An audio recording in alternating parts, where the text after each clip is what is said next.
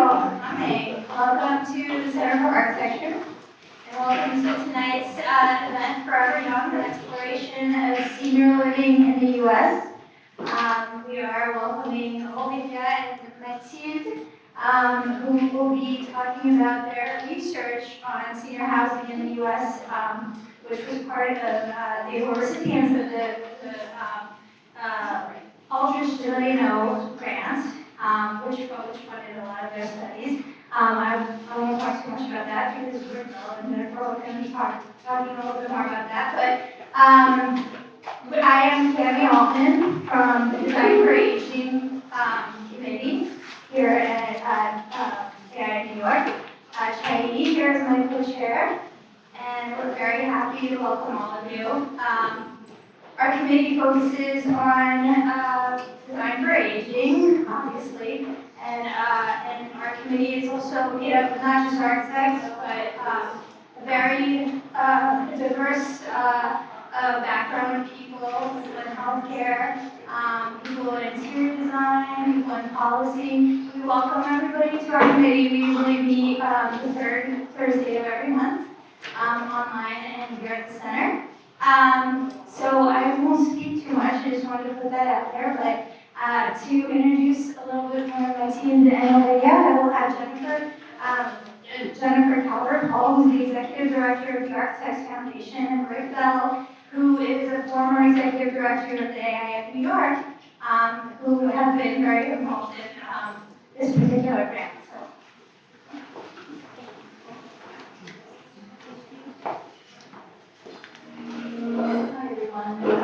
So Jennifer Calvert-Hall, I'm the Executive Director of the Architects Foundation. As you've heard, Architects Foundation is the philanthropic partner of the AIA in Washington, D.C.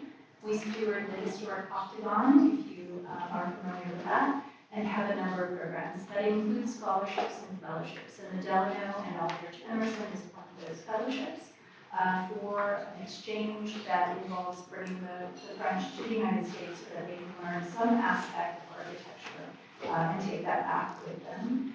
From what I understand, this is, at least in recent memory, one of the first times that we've heard actually from the recipients on their work in a public forum. So we're delighted that you all are here and that we can learn a little bit about their experience.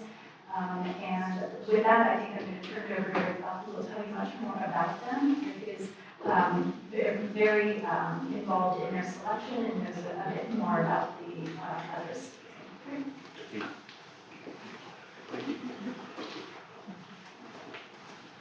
Well, I don't have that much to add. It's a real pleasure to be back here and to see so many familiar faces in my life. And for making it possible for Ms. Aurélia to be speaking here tonight to you. I was looking at the New York Times section, the real estate section from Sunday, talking about all the different initiatives that are happening, and compared to the things you're about to see there. There are the authors of those projects in there, I won't say more. But what mesmerized us on board the jury for the fellowship, the Aldrich Fellowship, which the Foundation, Architects Foundation administers in DC, and the AIA has been involved with since its inception, almost 100 years ago, 95 years ago. What the jury this past year was astounded by was the concept that people from France might come to the U.S. and see various different alternative ways of providing decent, affordable, sustainable accommodations for people who didn't necessarily always have the means to provide a concierge to solve the problems, receive the packages. There were so many creative thoughts that came to the jury that when they were finally around, and the program was even more ambitious, traveling all over the country. I think the only project that I accompanied you to see in New York was Steenkiste in Brooklyn, which has gotten a fair amount of attention because of its geometries, but the social spaces that we saw that we created were what enthralled the jury.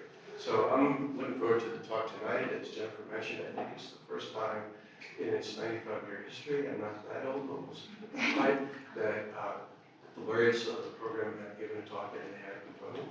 So your committee has to be commended. I remember its early days with Terry Maltz, and it's done so much, and this just is another feather in your cap. So thank you both very much. I could go on and on, but why don't you introduce yourselves in terms of not just how you came to want to do this here, but some of the special circumstances and demographics that made the research even more interesting. Yeah, I think you get that. Yeah. And this is the Garden Blood mission. Hello. We are very happy and honored to have the opportunity to give this conference here at the Center of Architecture. Thank you for the invitation and thank you everybody to be here. This is our second talk in English. So first, I apologize for my French accent. I do my best, but if you don't understand something, please feel free to stop me. Mathilde has a really better accent than me. Forever Young is a 3-month journey that we are going to try to share with you tonight. A research road trip from north to south, east to west. We will tell you about our trip in chronological order and leave some time for questions at the end.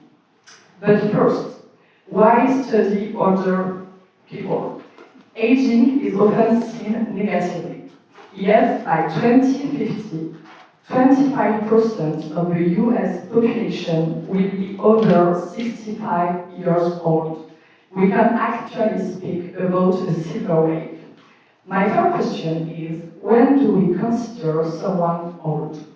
In most studies, old age is defined as 65 and above. Public housing allows access to seniors from 62 years, and the adults-only communities we studied in Florida and Arizona start at 55 years. So, is it age that defines old age, or is it the moment we retire? This is an interesting question of language. In English, retirement. In French, retraite. Literally withdrawn from society. In Spanish, retirement is jubilación. Do older people live better in Spain? I'm not sure. But if aging were celebrated from the start, respected and seen positively, maybe our current relationship with old age would be completely different. So perhaps the reflection should focus on the place of older people in society. It is also a recent social question: where do older people live? Hospices have existed since the Middle Ages to welcome the sick, the elderly, and the indigent. But in the West, families traditionally lived together under the same roof. Older people aged at home, cared for by previous generations. At most, landlines have converted the first floor into a bedroom and replaced the bathtub with a shower. This recent societal change has made architects and designers rethink spaces. We visited 26 projects, and tonight we present 12 of them. Welcome to Forever Young, where aging is a territory. So we begin our journey in Vermont with this covered bridge and forest. And what a surprise to discover that white Colvin campus, right in the middle of the woods, of maple trees ready for sap collection, and to be welcomed by Bruce Fowler, the New York Times architect. So which already gives you an idea of the profile of the residents in this life community. So founded in 1993, this community offers a progressive housing model that adapts to residents' aging needs, integrating medical, social, and cultural services within a continuum of care. Residents do not own their homes, they subscribe to an all-inclusive plan, similar to a life care contract, which covers meals, healthcare, and access to different levels of support. To get an idea of the cost, Here, you need to invest at least $500,000 to move in, and then the monthly fees are around $17,000. So, Wake Robin is known for its healthy lifestyle with very low rates of obesity and diabetes.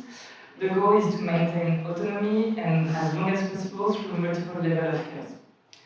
So you can see here like the map of the campus with at the center the main community center. So all around the campus there is independent living, it's autonomous living with minimal support in cottage and small buildings. And then located in the central building, you have assisted living, so it's daily support with medical monitoring, skilled nursing, food care in case of loss of autonomy, or memory care. It's a secure neighborhood for residents with cognitive impairments. Each residence can personalize their home, color furniture finishes to feel at home from day one. And language matters to avoid any sense of being too institutional or formal. So people live in houses and neighborhoods, and not units or wings. Small house. So today, Wake Robin has about 400 residents, including 250 independent living apartments and nearly 100 places in the health center, with around 200 staff members. The average age is 83 and the waiting list exceeds 300 people. The campus spans 136 acres with a network of walking trails and climate-adapted features like the snow curtains to ensure safe winter mobility environment. So here is the community center. It's the heart of social life. It houses common dining room, library, lounge, gym, residence, run shop, and also they centralize all the mailboxes in the center to encourage informal encounters and make sure people will have to come every week. So a unique initiative is the Wake Robin Gentry Gallery. It's a display at the entrance where residents showcase new objects or artwork every month. During our visit, the theme was wooden objects. This initiative strengthened the sense of belonging and allowed residents to add a personal touch to the shared spaces. The community also hosts over 60 clubs and committees covering arts, theatre, music, gardening, reading, dance, and even social justice. So activities are self-managed and self-funded, often through events like the annual Tax Day. And there are many workshops. And for example, in the woodworking shop, if you need something fixed, you just fill out a little form, post it on the door, and the volunteers will take care of it.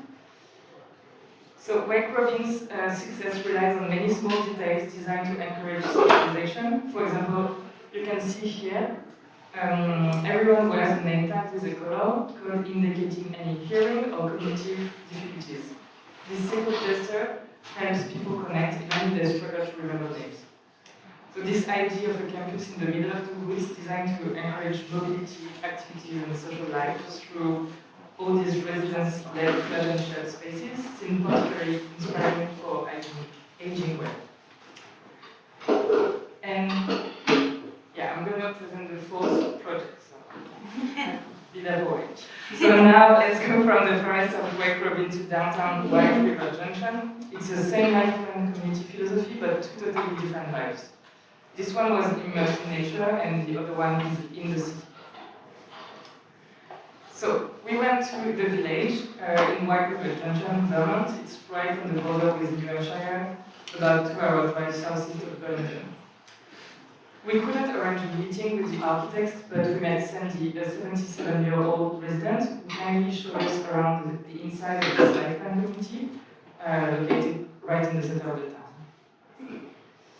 So this project covers 87,000 square feet and includes 50 assisted living units and 30 memory care units. In the assisted living area, the village has 3 types of apartments. Regular 1-bedrooms, deluxe 1-bedrooms, and 2-bedrooms from 300 to 800 square feet. Each apartment has a full bathroom, small kitchenette, and can be furnished according to the resident's taste. And the entire second floor is dedicated to memory care, with 30 private studios, dining rooms, activity spaces, and a secure garden for residents with Alzheimer's or other forms of dementia. So, for example, the daily activity program is very structured, and the layout of the building makes it easy to move around.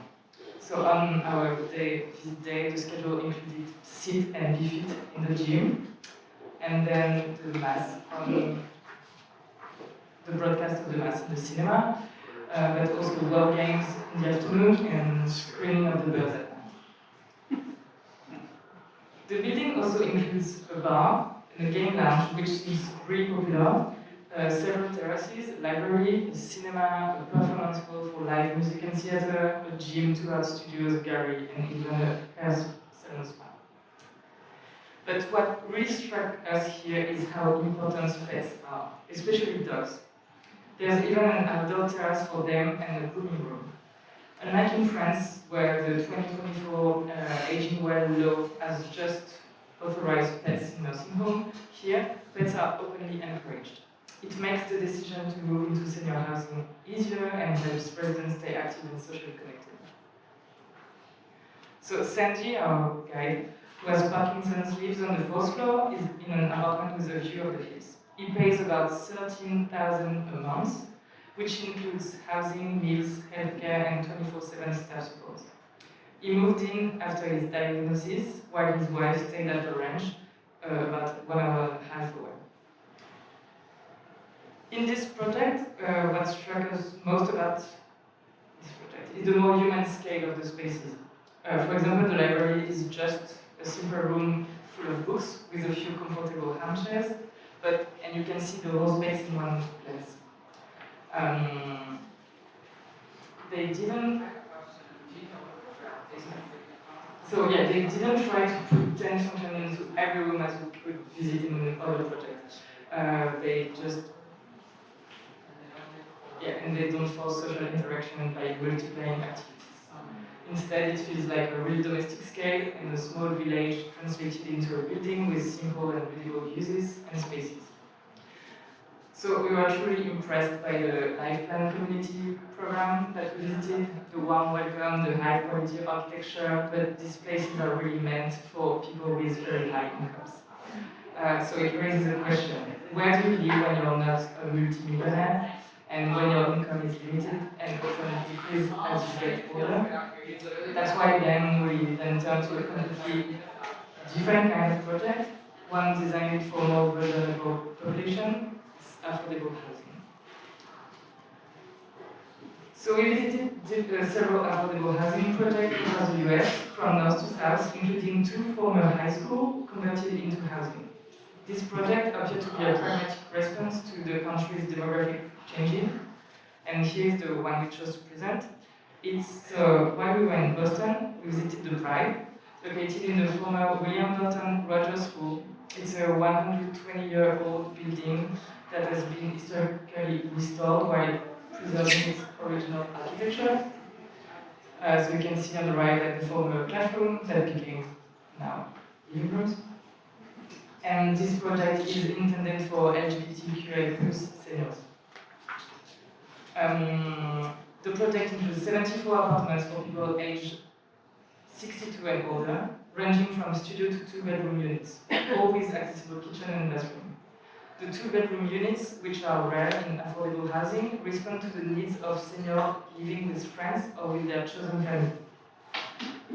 So, here in Boston, rent is considered affordable. It's around $2,600 per month for 1 or 2-bedroom apartment. And this project also offers many common spaces. The former schoolyard turned into a garden, a fitness room, lounge, movie room, multipurpose rooms, and a community center run by LGBTQ senior housing. So this center is open to everyone and hosts classes, events, and cultural activities. In New York, we also visited the Stonewall House project, which includes the Sage Care Center, also focusing for LGBTQA+ senior. And this helps new residents settle in and supports a population that is often economically and socially vulnerable. So the project was initiated by architect Philippe Sade, who wanted to create a safe place for LGBTQ seniors, a group that is still often stigmatized and less legally protected. The process began in Boston in 2015, and the choice of converting an old high school came from the lack of available buildings suitable for a large-scale urban rehabilitation. So here you can see like the, I don't know if you can see it. You can see like the layout of the former school, and because they needed to conserve a lot of like the historic parts, it's how they transformed it into housing now. The project is based on the partnership between Penrose, an affordable housing developer, and LGBTQ Senior Housing, the non-profit organizing leading the project. So that's the inside of the school. So this collaboration made it possible to finance, design, and operate an inclusive and affordable place to live. And the building was transformed while preserving its historical identity. So it is listed and overseen by the National Park Service, which provides grants under the condition that historical standards were respected. So, for example, original doors, molding, and floor were preserved. You had no acoustic ceilings or carpets, unlike the typical senior housing standards. Hallway, staircase, and finishes retain their school architecture. But each floor uses color codes to help with orientation, especially for residents with memory issues. And because of the size of the old classroom and the need to keep part of the original layout, this creates really very spacious apartments for affordable housing. This is the former auditorium, and the gymnasium were also transformed into a multifunctional hall while keeping the original volume and historic character. So this project shows how a school building can be converted into housing while creating a modern and dignified living environment for seniors. And most importantly, daily life at the Pride benefits greatly from the presence of the community center. In traditional housing, some LGBTQ seniors might feel forced to hide their identity or face harassment, and here they remain independent while living in a safe and inclusive environment.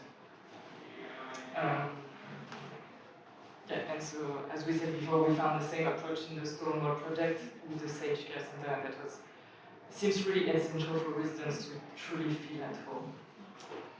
So now we are going back to New York, and still focusing on social housing, but we are going to look at two projects by self-help in New York. So on the left, the Flushing campus, and on the right, the atrium at Sumner. These two examples show how housing can become a real tool for health and social cohesion for older adults. So according to a New York Times article published last October, in 2023, 3/4 of New York seniors lived mainly on social security benefits, about $1,400 per month, while the average rent for one-bedroom apartment is over $2,100. So older adults now make up an increasing share of very low-income renters, and the number of homeless people over 65 has almost tripled in the last 10 years. So this is the context in which self-help community services operates. Founded in the 1930s, the organization specialized in building affordable housing for seniors through a model called Housing with Services. This model combines housing, social supports, and preventive healthcare. Each building has a full-time social worker, usually stationed near the entrance, who supports residents, organizes activities, and helps them access public assistance. In buildings that welcome formerly homeless seniors, there is one social worker for about 20 residents. And the results are impressive. You have 68% fewer hospitalizations, 53% fewer emergency room visits, and healthcare costs cut by 2/3 compared to the New York average. So architecture and services are therefore designed together to allow people to age in place in a stable and socially active environment. The first site we visited, the Flushing campus in Queens, was built in the 70s under the Mitchell Lama program. It's a 19-story building with around 300 apartments of about 500 square feet, each with a separate kitchen, large living room, and a bedroom. So that's layouts that are now quite rare. And there are wide, naturally lit corridors and generous common areas. Susan Wright, architect and VP for Design and Construction, reminded us that at the time, public officials were required to live for a week in the apartments they finance, so a policy that had a real impact on housing quality. One interesting detail in this project was the emergency pull call. So when a resident pulls it, a light goes on above the door in the hallway and an alarm sounds at the front desk. So this system was designed before mobile phones, but it's still very effective and shows the community a spirit of place. And just a few blocks away, the senior center serves up to 500 meals a day for $2 or less and offers physical, artistic, and digital activities that creates a true continuity between housing and social life. Now, the second project, it's the atrium at Sumner in Brooklyn, designed by Daniel Luskin and opened in 2024. It represents a new generation of self-help buildings. It includes 190 apartments and 30% for formerly homeless seniors, and all are built to passive house levels. So on the ground floor, you will find self-help offices and a PACE center. It's a program for all-inclusive care, which provides medical services, support, and daily activities for people over 55. And all the apartments are identical, whether residents came through the public housing lottery or through the SARA program for formerly homeless people, to avoid any visible distinction between residents. Common spaces are very important. Flexible activity rooms, built-in benches in the corridors to encourage conversation, and a weekly activity program. So altogether, it shows that social housing can be affordable, sustainable, and well-designed. And one key aspect of the project involves urban regulations. So to make this type of building possible, New York City relaxed parking requirements. So now developers can now reduce the number of parking spaces, considering that senior residents often don't own cars, and this change lets self-help free up land on all public housing sites to build new units. A technical but crucial step to increase density and address the senior housing crisis. Aurélia, it's for you.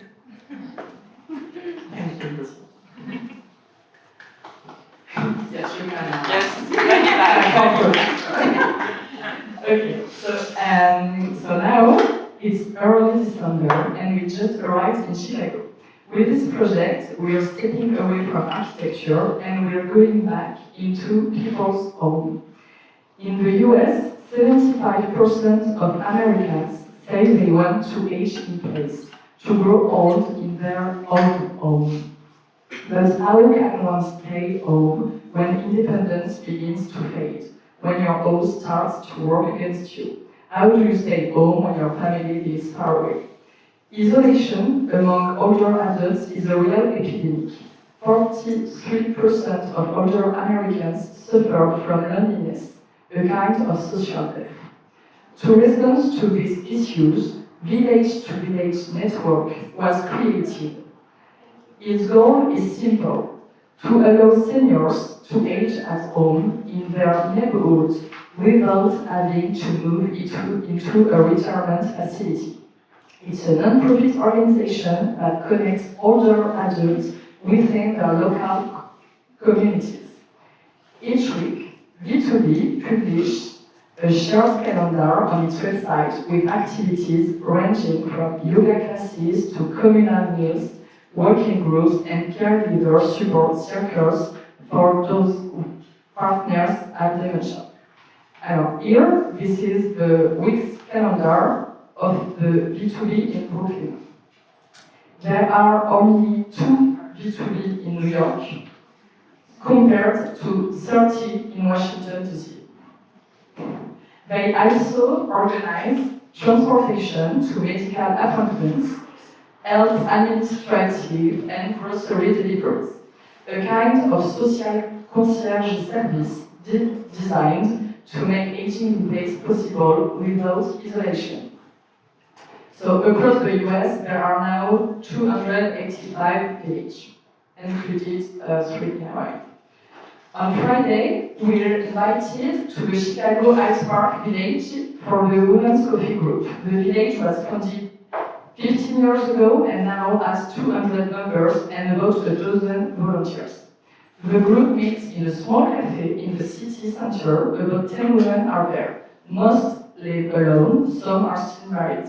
They enjoy these social moments organized by B2B, but especially appreciate that participation isn't mandatory. Many fear losing their independence. They don't want to depend on their children. We are told that American culture values independence over family bonds. B2B helps them build a small weekly rituals of self-maintenance. Many refuse the idea of assisted living. They don't want to live surrounded only by old people or lose their friends one by one. In Chicago, members come from diverse backgrounds, mostly middle class seniors, not wealthy enough to afford private help, yet too wealthy to qualify for public assistance. They are still active, some teach, some tutor students. The main challenge for the organization is renewal, as members move away, pass away, or eventually enter nursing homes. Funding is another struggle. Membership fees alone aren't enough. But let's go back to people's home. When we learned with B2B is that their micro-society of mutual aid works quite well. But what about the homes themselves? To help older adults adapt their houses, the Steenkiste Design Lab at Georgia Tech University in Atlanta developed a home design guidelines available for free online. The guideline offers room-by-room advice, lighting recommendations, detailed checklists, and clear explanation on why our interiors need to evolve as we age. The recommendations are from middle to upper middle class single-family homes, but the researchers want to make their findings accessible to all types of housing. Alors, in the Steenkiste Design Lab in Atlanta, they are now looking for ways to share their guidelines with wider audience. So if you know someone, if you're interested in the project, please contact them because they are actually doing a very good job. Alors, a few days before Christmas, we arrived in a small village in Ohio to visit the Lanterne of Chagrin Valley. This project was founded in 2016 by Jean Makesh, a former occupational therapist. He wanted to create a place where the environment itself would play a central role in the care of residents. His idea, as dementia progresses, the last remaining memories are often those from childhood. The building's design is therefore meant to stimulate those early memories, to bring comfort and calm through familiarity. We arrive in what looks almost like a film set. The main street that could belong to a 1940s American town. Everything is nostalgic and vague. The old lamppost, the vintage furniture is real, the storefronts. Along the street, there is a barber shop open on Fridays, a small grocery store, a bingo hall, and even a chapel. Every Wednesday, there is Bible reading at 2 p.m. and Mass on Sunday at 9:30 a.m. There is also a small library where residents can borrow books and activities. The staff offices are isolated along the main street. The ceiling is made of illuminated panels that stimulate a bright, cloudy sky, shifting in color throughout the day. At night, the LED panels dim and the porch lights turn on, creating the illusion of evening falling. 2 weeks old, 66 residence rooms centered around common areas that resemble indoor gardens, complete with fake grass, carpet underfoot. Residents are free to walk the building even at night and stroll along the main street. Each room has its own porch, which residents personalize depending on their abilities and preferences. All rooms have 2 rear windows, some facing the garden, some the parking lots. The cost ranges between $7,000 and $8,000 per month from America. Most residents, around 95%, come from the local area. Their ages range from 58 to 103 years old. The philosophy of care here is built around daily habits and reason.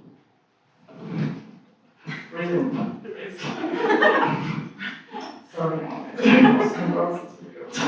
Maintaining a sense of normal life, going to the store, attending church, meeting others for activities in familiar spaces.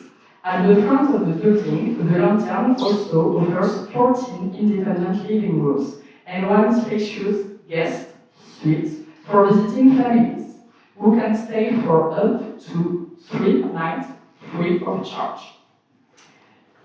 There is a strange feeling of being inside a kind of Truman Show of care.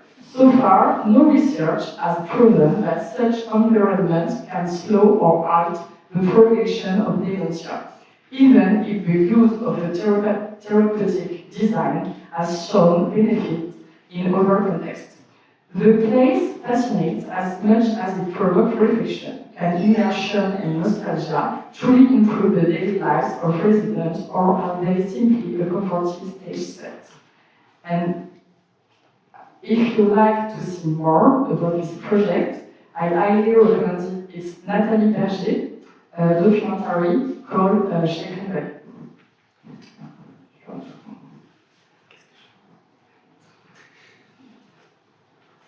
Okay, and now we will see a trailer of the documentary. Not this one, for another project.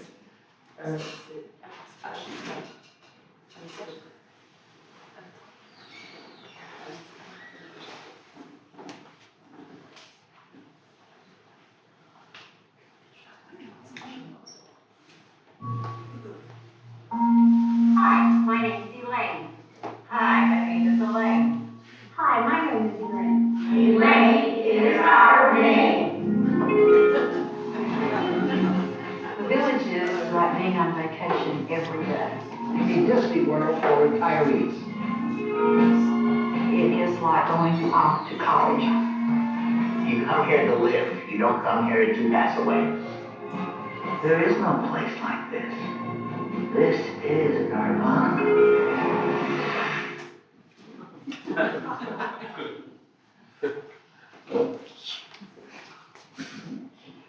Okay, so welcome to Florida. Welcome to the villages. So,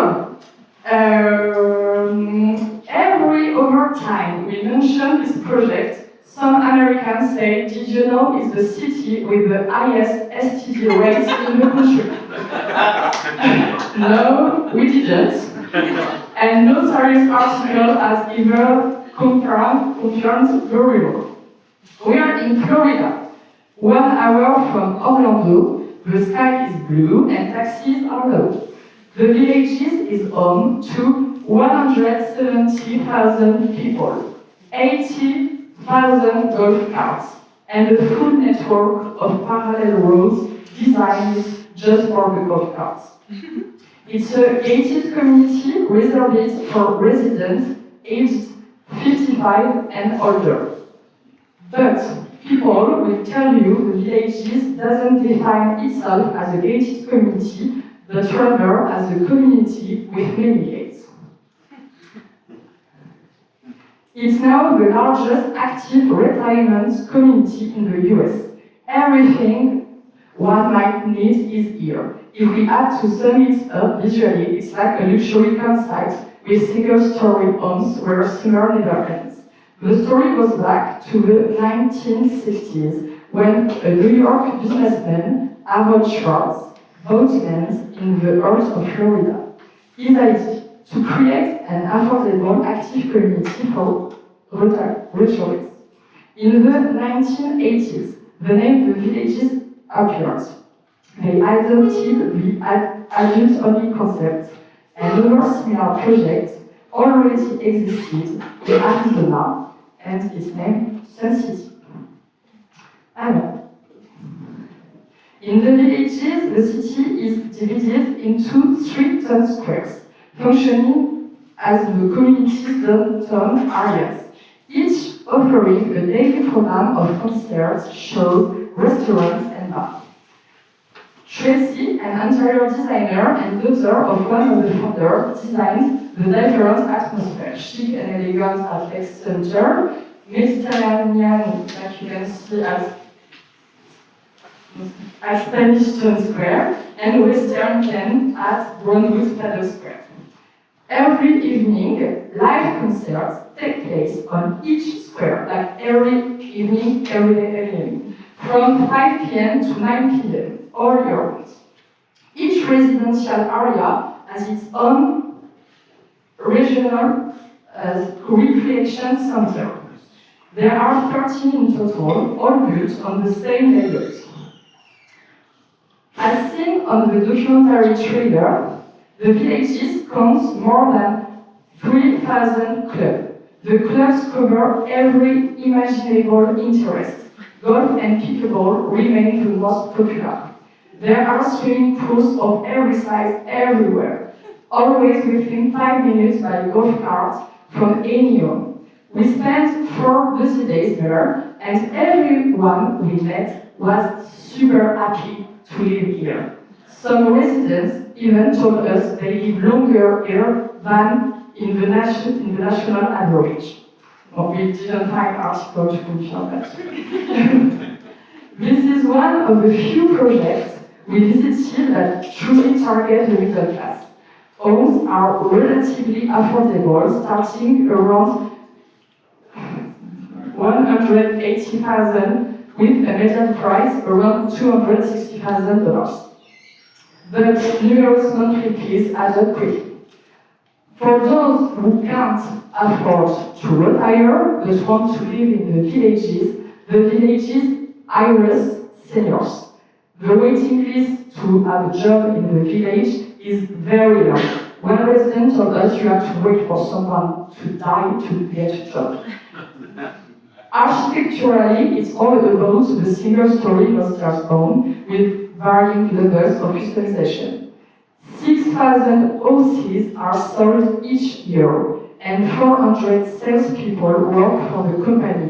Residents don't spend much time at all. The goal is to socialize. But what's most fascinating about this project is its urban design. Everything is planned so that shops, healthcare, leisure are within golf cart reach. It's a perfect example of a 15-minute city, except at the scale of a golf cart. Despite its rapid growth, this dreamlike American town was built with parking everywhere, and there is always a spot you never have to queue.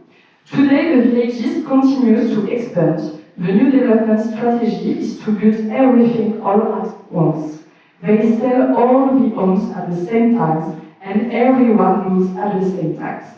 It's a better way to make people, as one resident explained. But warning, the villages work beautifully, until a serious health issue arises. Assisted living facilities exist, but they are expensive, and few can afford them. This kind of community reaches its limit when residents' health begins to decline. Okay, and you back.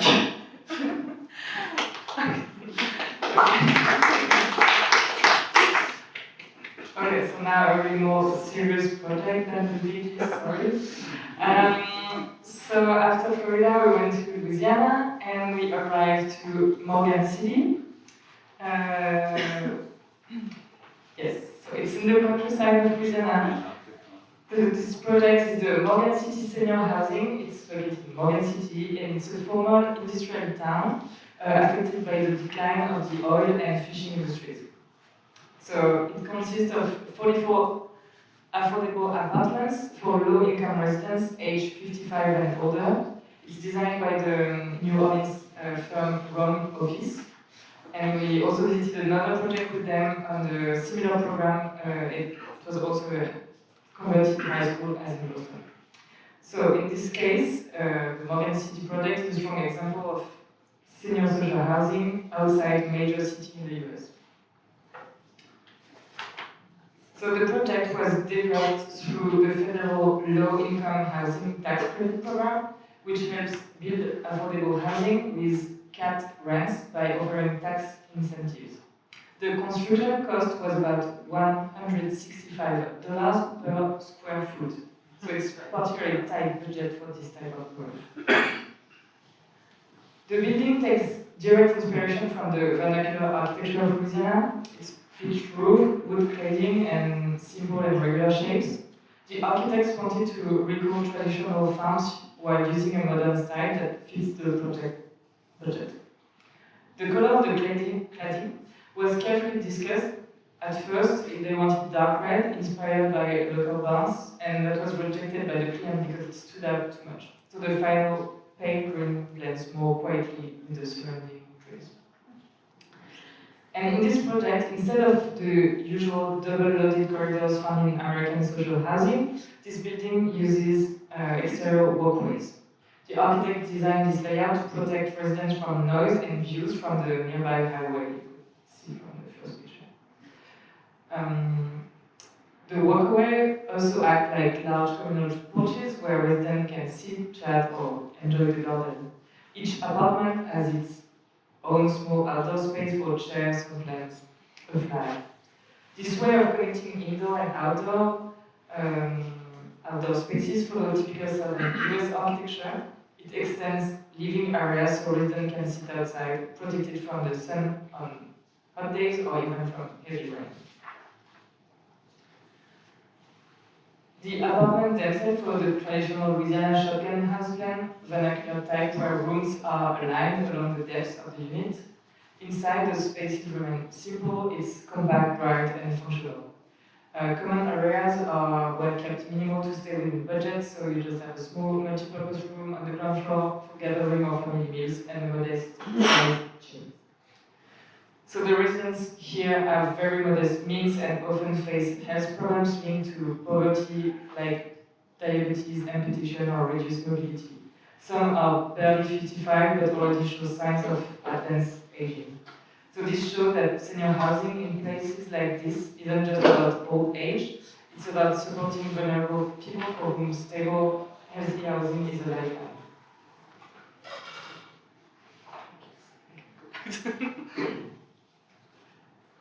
Okay, so welcome to the Arizona version of the villages.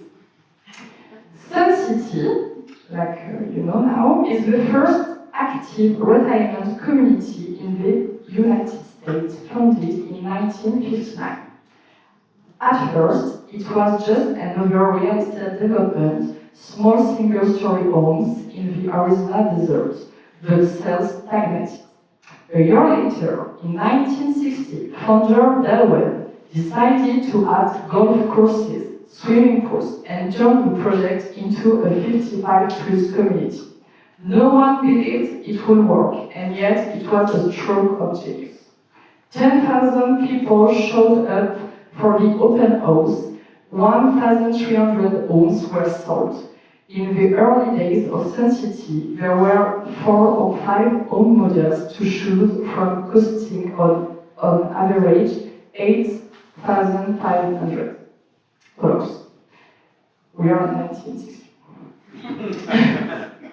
Buyers could pick their model, size and layout, exterior color and facade style. The standard model had 2 bedrooms and 1 bathroom, with large windows opening onto the golf course or garden.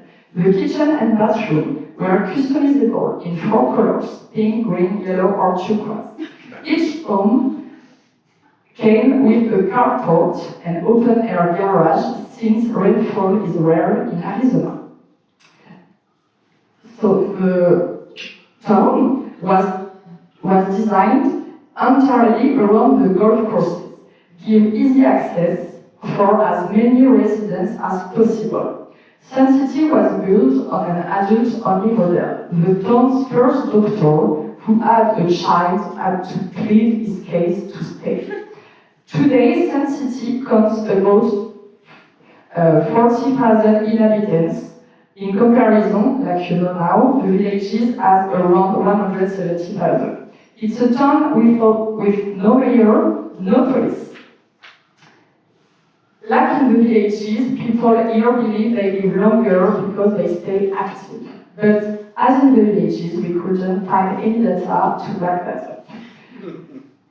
Some residents decided to retire in Sun City because their parents had already done. So, like Jody Erickson, president of the Weavers Club, Weavers Club, our parents owned a house here. Judy loves living here. She loves the activities, the lower taxes compared to neighboring towns, and the fact that she can get around by golf carts only. Judy planned her retirement long ago. She saved money, and now she just wants to enjoy it. She says she feels busier here than when she worked. Sun City has 130 different clubs. Donc the villages, it was 3,000. If the club you want doesn't exist, you can simply create it. We visited the bowling club, the weaving club, the metalwork and glass clubs, and the quilting group. To be honest, it felt like walking into the dream retirement home of former fine art students. As for the homes, they already seen 1 or 2 generations of retired past. Urban planning rules are looser than in the villages, and homeowners have often made the houses their own. A small wall here, decorated mailboxes, landscaped front gardens. The buildings are old, but still carry all the Arizona iconography we look for. Warm colored walls, a few adult houses scattered around. Blue sky, palm trees, cactus.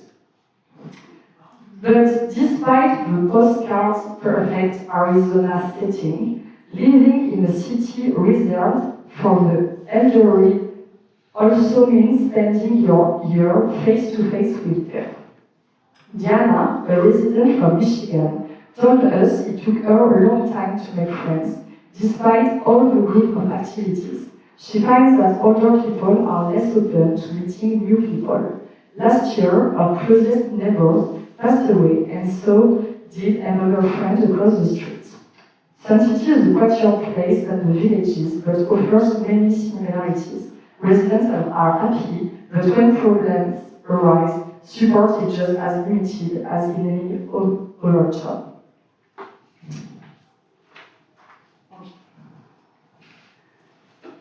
So, now we are in Arizona. We arrived late in the day in this small town of 2,000 residents, quickly passing through it. We spent 3 days in Quartzsite to attend the RTR festival, the Rubber Trump Rendezvous. We rented a van for the occasion. To give you an idea, National Geographic once titled an article about Quartzsite, America's largest parking lot. In January, the sky is always blue in Arizona, but the nights are cold. In winter, Quartzsite transforms into a hotspot for snowbirds, mostly wealthy retirees who come to spend several weeks or or months in the sun. They arrive in large, fully equipped RVs. These snowbirds mingle with nomads who sleep in vans, buses, or converted cars. Economically, the nomads haven't had the same luck as the snowbirds, and many are there this January for the RTR. The Rivertron Rendezvous is the flagship festival of the town, founded in 2010 by Bob Weiss. In its first year, only 45 people attended. Today, more than 10,000 come annually to listen to talks, trade goods, and exchange ideas about van life and road survival tips. The festival always takes place in January. It's quite an achievement to gather so many people who often spend the rest of the year living in solitude. This year, Bob's iconic converted truck is on display like a museum piece, attracting nomads eager to study the perfect interior optimization. Bob became known through YouTube as his website cheaprvliving.com. He spent years on the road, but now drives part-time, spending the rest of his time in a small apartment in Tucson, in Arizona. Bob volunteers for ONA, an organization present at the festival that provides guidance to senior nomads. More and more people reach out. Those who lost their jobs or are struggling in retirement. Recruitment booths for work campers are also present. The term describes mobile workers taking temporary job workers. Amazon has recognized this workforce and built desert warehouses with giant parking lots, allowing older workers to live temporarily in their rolling homes while working. So the first day of the RTR are women only. Okay, so we met Leah. At the end of the day, who invited us to tour her optimized vehicle. Leah had spent years caring for her children, her husband, who felt like an extra child, and her father, who had Alzheimer's. One day, exhausted from years of family sacrifice, she decided to stop everything. Unable to afford an apartment on her retirement, she invested part of her savings into a car, slammed the door, and hit the road. She converted her vehicle herself, having enough savings to buy a new car outright. She chose a hybrid, half electric, half gas. This is to prepare for the future. She never drives more than 4 hours a day, and she doesn't hit the road to drive. She goes for freedom. So, the tour starts in the truck. The back right seat folds down to accommodate a mattress and blankets. Under the mattress are all her technical car supplies. Over 4 years, she changed mattresses 3 times, unsatisfied with the first one. If it gets too cold, she uses a sleeping bag. She can sleep well down to 50 degrees Fahrenheit outside. Colder than that, she finds other solutions. On the left side of the truck, Leah keeps a solar battery generator powering a small fridge, which she protects from Arizona desert dust.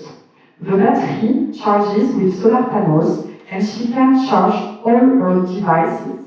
Under the fridge, a box holds her food. On the back of the front left seat, a multi-pocket push holds all her Nike care products, toothbrush, night cream, etc. Her lounge area, she called that the lounge area, is in the back left seat, where she slides the front seat forward to stretch her legs. She also uses this space for a portable toilet when sleeping in remote areas. At night, a smart parking trick is well marked. There are 3 and generally safe. Another option is to take a gym membership for showers. In Quartzsite, the laundromat offers showers next to an organization that serves free meals to nomads in need at noon.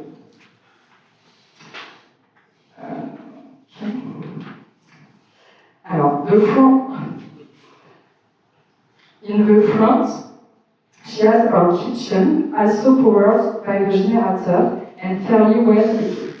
For sleeping, she installed do-it-yourself magnetic curtains on all windows.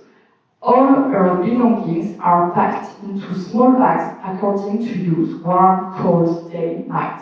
Leah bought a plot in Colorado, giving herself 10 years before moving there.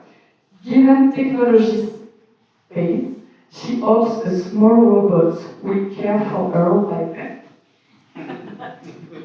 The next day, after an evening of bingo, we met Carmen, a neo-nomad.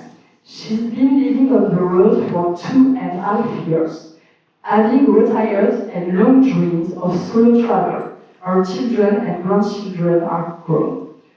She splits her time between solo trips, national park visits, and family visits. Her family is spread across the country, allowing for extended breaks. Every January, she comes to Quartzsite for the festival. She showed us her van, apologizing for the mess. It was laundry day. Her small fridge doubles as a cooking space. She cooks daily to minimize expensive and loves cooking. She purchased a bar van and removed all seats with her children's help, building the floor and gradually creating her casita, like she said. She has compostable toilets, which double as seat during the day. A small loft serves as a wardrobe above the bed. Her 2 tips for aspiring road nomads: get a good car and a good bed. Few nomads mentioned that they simply couldn't afford rent. The freedom philosophy dominated their narrative. Depending on health and time spent in vehicles, perspective evolved. But one key question remains: what happens when you can't drive anymore? No clear solutions were provided. Some systems exist, like Texas Escapist Care, a retirement site for nomads where residents live in their RV and rent a plot for $820 by month, plus $200 optional for care services. Many, however, can't afford this. Long-term nomads often have a fatalistic outlook, contrary to their present vitality. This project was for me one of the most moving, visiting unique infrastructure with light therapy and classical music concerts per surreal the following week. America's largest parking lots perfectly illustrated the country. Vast, street, but fractured, with cars and inequalities everywhere. And there is a very nice book called Nomad Land by Jessica Bruder, if you want to read more about our type.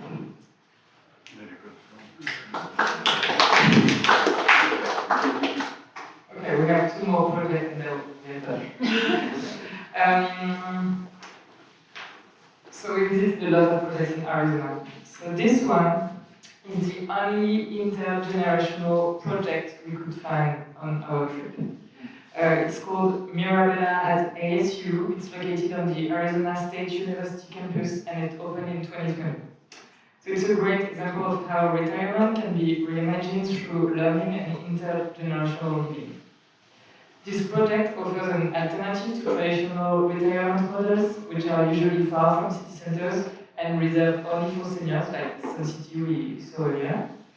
So Mirabella ASU called itself a living laboratory addressing population, aging, and the concept of aging well. It's in the right of it's right in the center of the Tempe campus in the Phoenix suburbs. The project is a joint venture between ASU, Enterprise Partners, and Pacific Retirement Services, with a service agreement giving residents full access to campus resources. So it's libraries, course registration, tickets to shows and sporting events, discounts on sport facilities, and tech support. So the 600,000 square foot complex includes a main 20-story tower, a smaller 13-story tower, both designed by Encrom Model. It has 238 independent living units, 17 assisted living units, and 41 specialized care units.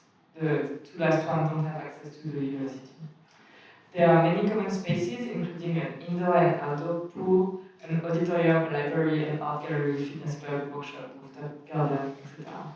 The complex also has an underground garage with 300 parking spaces, because we are in Arizona. So when we visited it in November 2024, the residence was 82% occupied, with an average age of 76, and 81% of residents holding a master's degree or higher. And about 20% of the residents are former ASU students. So life at Mirabella focuses on learning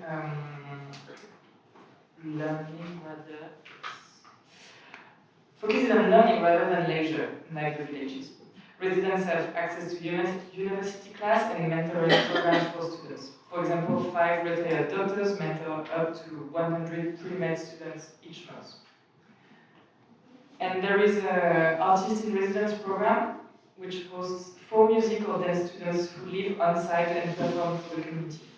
So like other lifetime communities, Mirabella has workshops and clubs, but its special feature is the musical ensembles and research project with the ASU faculty.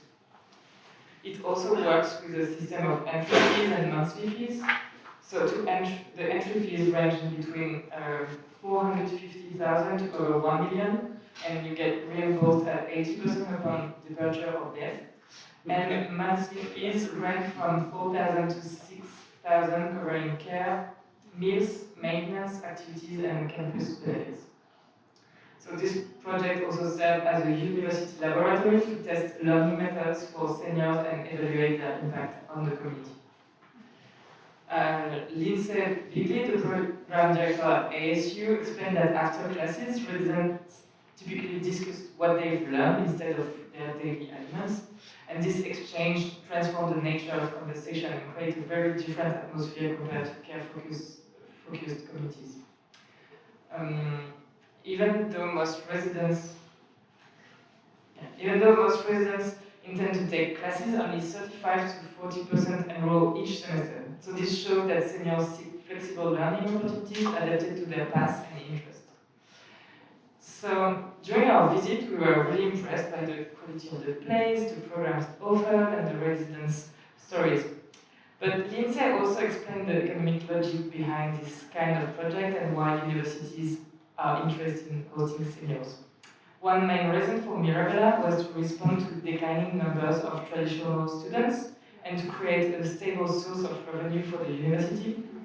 So there are not enough 18 years old to fill campuses anymore, and with education being so expensive and degrees losing value, universities are looking for other options. Baby boomers, with their high purchasing power, represent a new source of funding, and they may even spend more time on campus than traditional students. So while the project promotes healthy aging and intergenerational exchange, it is also mainly economically driven. Lindsay told us that the next challenge for universities is releasing their campuses to welcome this new type of learner, and Mirabella is the first experiment in this transformation. Last project. Okay, alors, our last project and one of the most iconic. To reach Arcosanti, you drive 10 minutes across the desert along an endless road stretching for 10 miles. Dust is everywhere. You don't quite know if you stepped into Gladiator with its cypresses, Blade Runner, or one of the most emblematic projects of American utopian architecture. The place is beautiful, but it carries a faint post-apocalyptic feeling. Arcosanti is the utopian laboratory of Paolo Soleri, a visionary Italian architect built about 100 kilometers from Phoenix. Construction of this experimental city began in 1970. Hundreds of students flocked here to learn how to pour concrete in the middle of the desert. A kind of summer camp, and kind of an incredible summer camp for architects. Many of the architects we met on our journey had spent time here, helping to build a fragment of the city. They all spoke of it with glowing eyes, still moved or smiling at the memory. Paolo Soleri was Italian, and that left a strong imprint on the project. I know that you can't really see the pictures, but the Roman theater, the cypress trees, the endless stairs linking buildings. Soleri also loved ceramics. In fact, the only project he built in Italy was the Solimene Ceramics Factory between 1954 and 1956. The ceramic and metal bells are now Arcosanti's main source of income. Residents work in the metal or ceramic workshops, crafting bells sold on site. Bell sales still bring in around $1 million a year. Today, about 40 people live in this abandoned spaceship, 38 to be exact, a far cry from the 5,000 originally envisioned. Most of the community is between 20 and 30 years old. Arcosanti serves as a refuge for a few months or a few years. Rents are very low compared to the rest of the country, and they can work directly from the place. Arcosanti teaches us to live differently, in community, in the middle of the Arizona desert. A laboratory of adaptation. It has always been that way, even if the sense of solidarity and communal spirit has faded year after year. But does Arcosanti teach us to grow old differently? In this mad project, now inhabited by young Americans, we meet Linda and Sue, the elders. Sue works in the archive and Linda in the ceramic studio. The two longtime friends met during their first day at Arcosanti in 1978. At the time, they were already the oldest in the group. So they were only 30. Back then, everyone was certifying the same physical level of ability and doing things and working. So when most people here were in their 30s or 40s, it still felt equitable. And now, everyone is in their 20s and they're in their 70s. Linda told us it's an immense generation gap, immense psychologically and culturally. The new generation doesn't understand what we've lived, what our history here means. Linda offered to show us the ceramic studio, one of the most iconic parts of Arcosanti. She works 5 hours a day, 7 days a week, shaping clay, firing pieces, glazing them. She first came here in 1978 with her 2 children, stayed 2 years and came back for good in 1995. She would like to grow old here, but how? The whole structure of the community depends on its members working for it. Despite Linda's lifetime of labor, no retirement system was ever planned. When we asked what she would change if she could redesign the project, she says Paolo Soleri was young when he started, so he didn't realize how many stairs people can actually tolerate. But if you come from one of those Italian towns with all the hills. Old people probably just walk so much all their lives that their feet enough to handle it, maybe. She adds, if I had to rebuild this place, I'd create a section just for older people. Easy access to their homes, fewer stairs. That just seems logical. Linda doesn't really have a plan B. She loves her work and will try to stay as long as she can. Our second encounter is with Sue, who also arrived in 1978. Sue will spend 35 years of her life trying to live at Arcosanti. Sue now works in Arcosanti archive. So I put a picture of archive because we didn't have enough pictures.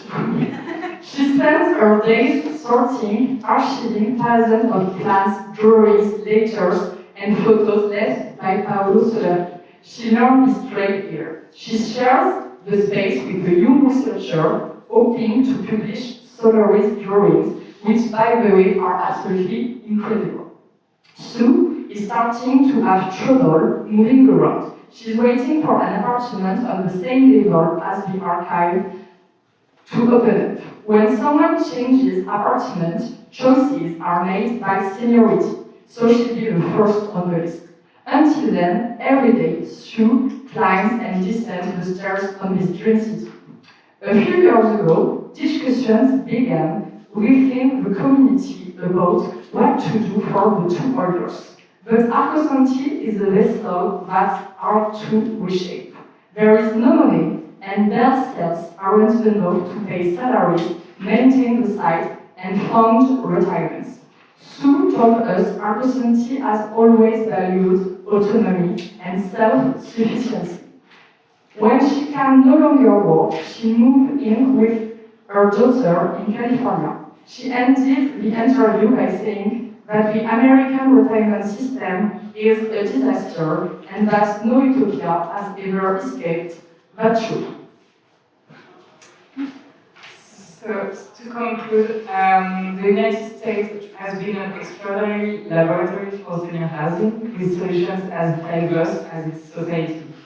We've seen that seniors thrive not simply through architecture, but through systems that preserve autonomy, dignity, and social connections. There is no universal special solution. What truly matters is the human network around them. So in the end, aging well is about staying connected and living life on your own terms. Merci beaucoup.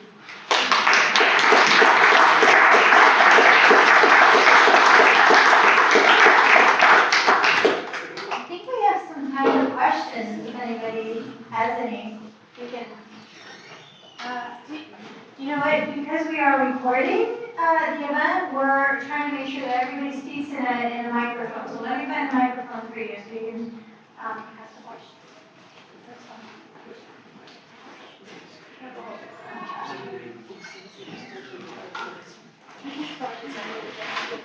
Yeah.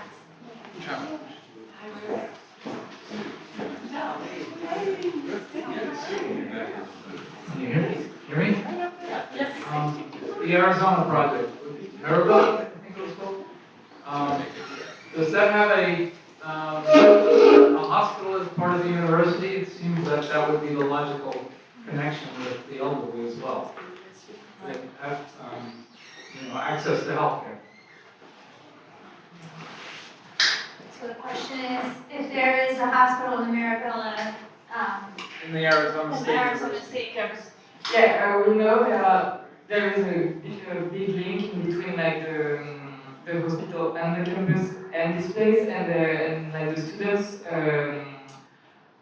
lead studies about what is to age and they do a lot of tests actually with the people living in this building because then they have like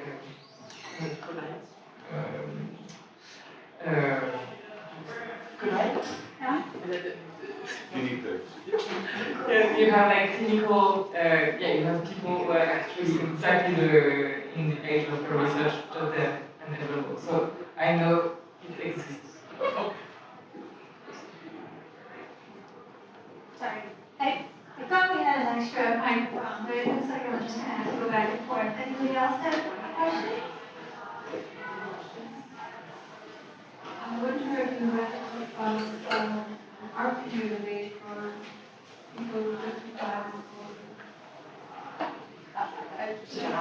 I think we have people who are artists who work together as a community and are older, 55 or older. Are there communities out there? For artists. For artists? Yeah, did you encounter any communities that were specifically for artists? Not really. Not really. No. I mean for artists in specific, no. After like we visited like 2 weeks ago a community in Black Mountain called Earth Eden and Earth Eden. Earth Eden. Earth Eden. Heaven? I gave my best. and it was like very interesting because actually it was quite well working and they and I think like the people a lot were artists, a lot of people were and we had a Delano with lots of women and they spent like their entire career in art and it was very interesting because it was really in the middle of the forest. But the question about aging in place was like of the main question in the community. So it means like at 40 years old, they were starting to discuss all together about what will happen for like each people of the community. Because like it's what do you do with your home, who will take your home after, what do you want, and yeah, we didn't speak because like we visited the project 2 weeks ago, but it was like it was quite nice. It's in Georgia. It's in Georgia. No, it's North Carolina. North Carolina? Yeah. North Carolina. Yeah. But after in some city, I mean, definitely it was like incredible. Huh? The metal workshop, wood workshop, like yeah, class. I think it was amazing. Do you want to, can you speak up and then I'll just repeat the, I was going to ask, thank you for sharing, and also out of all the projects that you've seen, I thought it was really interesting that you said American culture had more seniors that valued independence, and which projects were one of, like, I guess one, your favorite projects I'm curious about, and which reconciles the need for independence for the American culture with interdependence that seniors will need as they age. so which project reconciled the two most in your studies, and which one did you like the best, or did you feel like? But I mean, it's different. Like, for example, the ISU project at the university in Anthony, it was like super interesting. Like, because it was the only intergenerational project where people stay in the middle of an active place and city, and you can still learn, and you can exchange, and you can like give listen to tutorial. I think like in all the research, one of the main thing, and the introduction was about that, it was like before to think about the place, it's think about the building place, it was think about like the place of like the elder people in the society. Like it's crazy to say like 23% of like people will just be somewhere apart, and we try to put them somewhere, and this is crazy. But after, yeah, the university project was incredible. The life plan too, because in France we don't have life plan community, and so it was super interesting to say like on the same campus, because life plan is quite similar to a campus. Finally, you can see all of the different steps of like of aging, and yeah, I think that can. And after I was okay, it was amazing to see outside remain moving. And for me, I don't know where I want to go on actually after all of that. But definitely the life plan environment was incredible. You want to? No, I think I would live in Vermont. You I have to choose. But and after, for example, the B2B network, it was super interesting too, that people like really think about how do you do to stay in your place. The on-design guidelines that they create in Georgia Tech was super interesting too. Like they are designer and architects, so they don't know how to share the information. But I mean, it's, everybody wants to stay in their place. It's 70%. In France, for example, it's 95%. So I mean, you're more okay to US.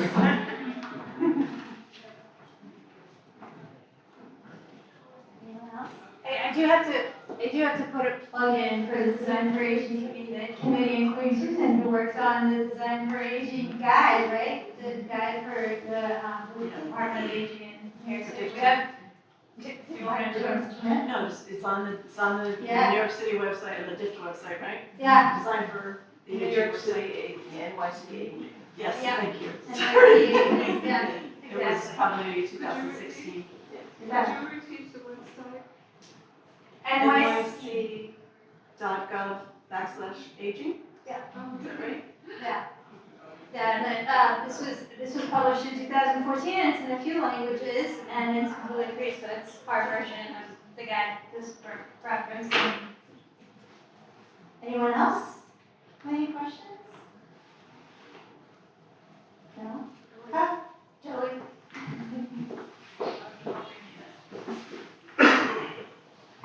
Thank you. I find it so interesting that you guys study the United States in particular, and then the quick comparison with France. I'm curious about other countries that are aging faster than we are, and how they're doing. If you've done quick research looking at Japan or Asia or other places, and if you're continuing your research elsewhere.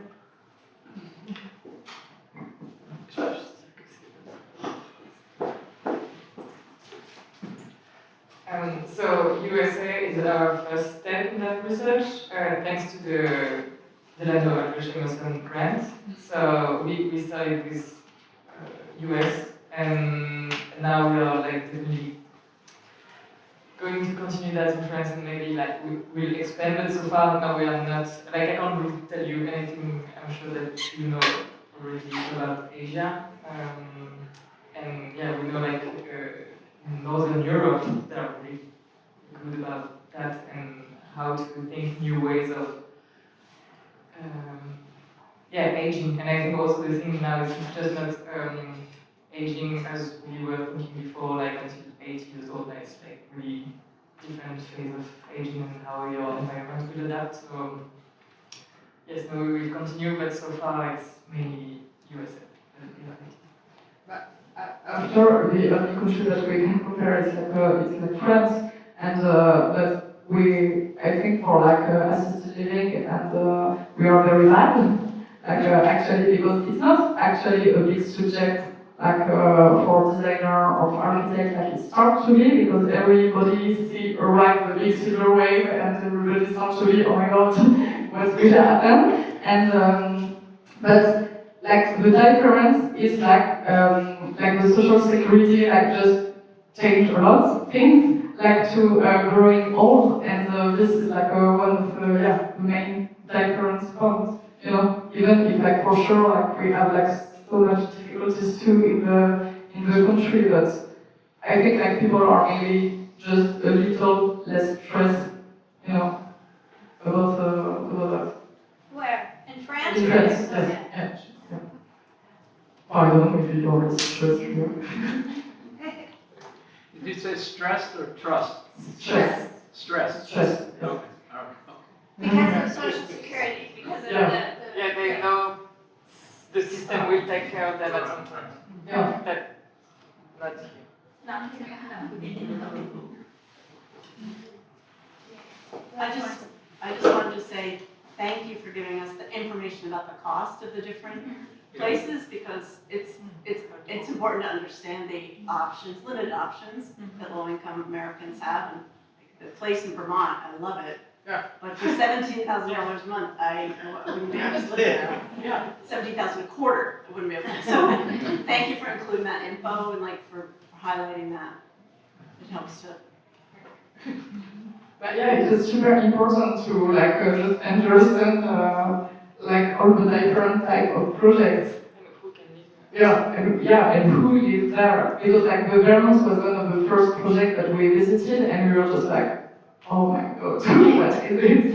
And yeah, everything was incredible, and the residents, when they were speaking about this place, everybody was just like start crying to say like it's just a paradise, and we are so happy to be there, and we were just like, yes, definitely. Let's move in. And after we asked the price, and we were like, ah, yes. That's why. That's like it. One picture. I have thank you and a question. Thank yous to the committee and certainly to both of you for presenting the work that we're doing here at the center. The question is, how can this dissemination of incredible information be repeated? What are your thoughts, apart from the report for the grant? We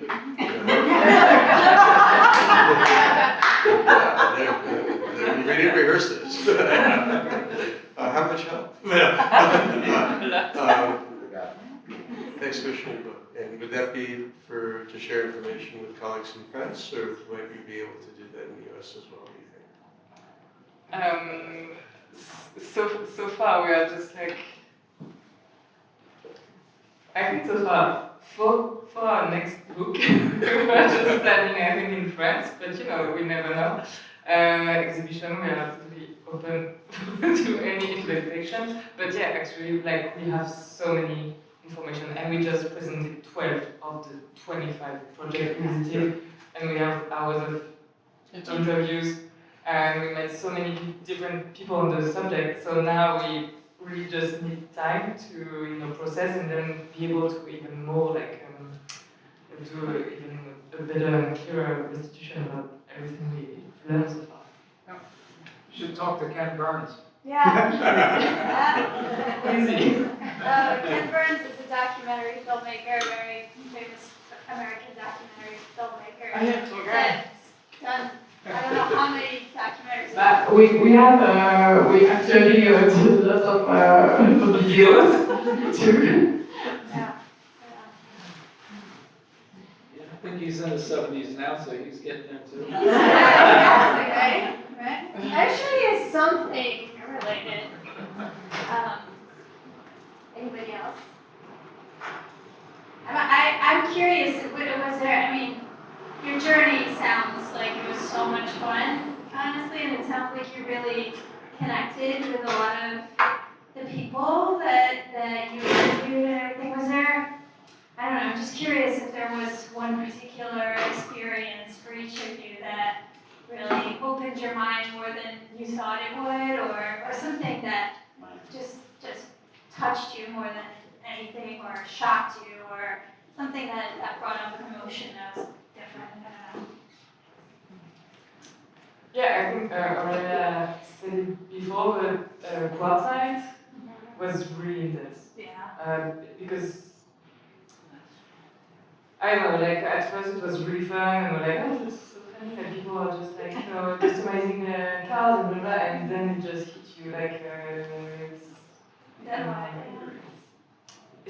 I don't even have words for that, but that was really, really intense, and for me this one was really, also that was the end of the trip, and I think Diane, we've seen so many things and met so many people, and I think this one was really like the last one, and then we couldn't do more visits, we were kind of like done.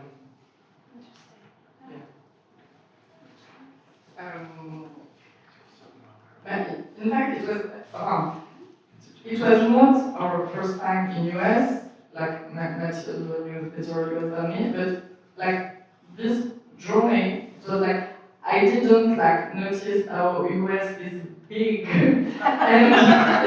and like the mentality was like so different, like between the states, between where you are, between the city of you are in the state. And no, people, I mean, everywhere people were just super, it was super nice and very patient about like speaking with us. you answer, and very curious too about like the project and like because it was we arrived with a lot of architecture, like architecture, and after this few projects, like we just move. We just move the conversation about, okay, what it means to feel at home, to be at home, and the question was not about like the colors or the architecture on the wall, but more about like, okay, and you at which moment you can say, this is my home, and the answer was never about the building.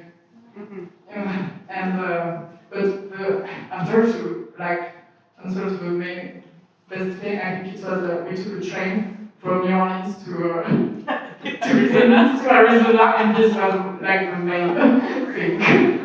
It was incredible. Yeah. What train? I'm track. Aurélia. So it's the best thing that we did. Like it was incredible. Like you can spend 3 days in the train. And then we met all the people, and it was like incredible. Yes. 3 days on a train in France would take you up, down, back.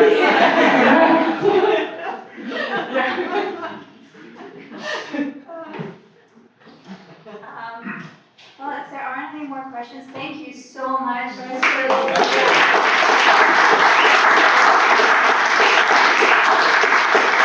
you again for connecting us. A year ago, right, when you guys both came and talked to Peggy and I, and I'm so glad that you came back to talk about your experience. Thank you. Thank you.